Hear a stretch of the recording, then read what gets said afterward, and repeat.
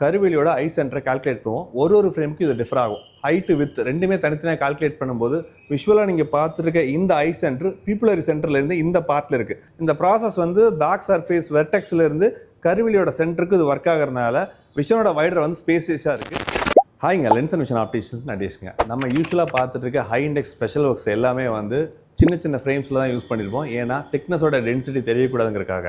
So இதில் 6 with 0.75 use பண்ணக்கூடிய 1.67 ultra HD special எடிஷனில் work பண்ணியிருக்கோம். இதில் எந்த விதமான திக்னஸும் தெரியல. அதை விட முக்கியமான விஷயம் என்னென்னா பிக் சைஸ் ஃப்ரேமில் யூஸ் பண்ணியிருக்கோம்.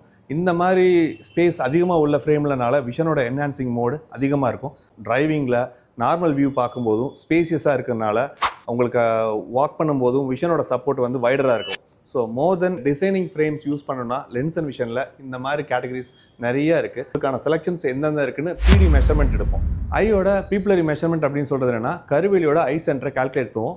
ஒரு ஃப்ரேமுக்கு இது டிஃபர் ஆகும். ஹைட்டு வித் ரெண்டுமே தனித்தனியாக கால்குலேட் பண்ணும்போது விஷுவலாக நீங்கள் பார்த்துருக்க இந்த ஐ சென்டர் பீப்புலரி சென்டர்லேருந்து இந்த பார்ட்டில் இருக்குது. ஸோ விஷன்லேருந்து இந்த ஹைட் வரைக்கும் கண்ணாடியில் மேனுஃபேக்சரிங் பண்ணும்போது இந்த ப்ராசஸ் பண்ணுவோம்.